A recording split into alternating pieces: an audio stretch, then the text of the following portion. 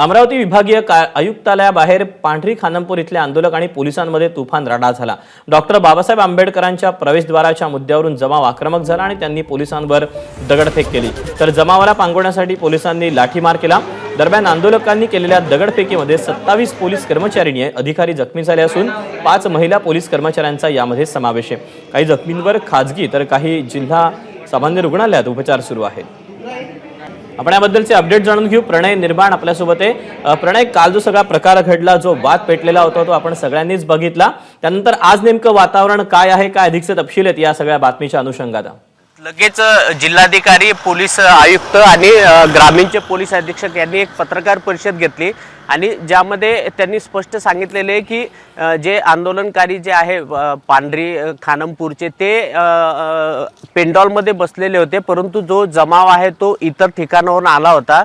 त्यांनी या ठिकाणी मोठ्या प्रमाणात राडा घातला आणि नेमके ते बाहेरवर आलेले ज्यांनी राडा घातला ते कोण आहे याचा तपास पोलीस करेल आणि त्यांच्यावर कठोरात कठोर कारवाई करण्यात येईल असा इशारा जिल्हा प्रशासनाच्या वतीने देण्यात आलेला आहे। आणि काल जेव्हा या ठिकाणी लाठीचार्ज झाला, लाठीचार्जच्या नंतर लगेच जे दगडफेक झाली तुफान, त्या दगडफेकीमध्ये जे मोठ्या प्रमाणात सरकारी मालमत्तेचं नुकसान झालेलं आहे आणि ज्यांनी दगडफेक केली असे 25 आणि इतर प्लस अशांवर दंगलीचे गुन्हे आणि शासकीय मालमत्तेचं नुकसान केल्याप्रकरणी गुन्हे दाखल करण्यात आलेले आहे।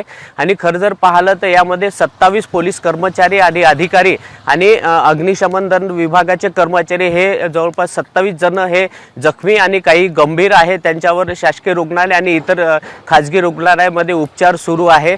आणि आज वंचितचे अध्यक्ष प्रकाश आंबेडकर हे अमरावतीच्या दौऱ्यावर आहे आणि जे लाठीचार्ज झालं त्यामध्ये काही जण जखमी झालेले, परंतु त्यांचा आकडा आपल्याला मिळालेला नाही। परंतु ते या इथून गेल्याच्या नंतर त्यांचा कुठे उपचार सुरू आहे याची सुद्धा माहिती मिळाली, तर त्यांची भेट प्रकाश आंबेडकर घेणार आहे आणि भेट घेतल्याच्या नंतर जिल्हाधिकारी आणि पोलीस अधिकाऱ्यांसोबत त्यांची सुद्धा ते भेट घेणार आहे अशी माहिती आपल्याला एबीपी माझाला मिळालेली आहे। आज जर पाहिलं तर आज रात्री उशिरापर्यंत ग्रामीण पोलिसांनी जे दगडफेक केली त्यांचा शोध मोहीम सुरू केलेली आहे।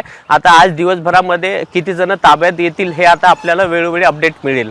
दीपक, प्रणय, धन्यवाद दिलेल्या सविस्तर माहितीबद्दल। एबीपी माझा, उघडा डोळे बघा नीट।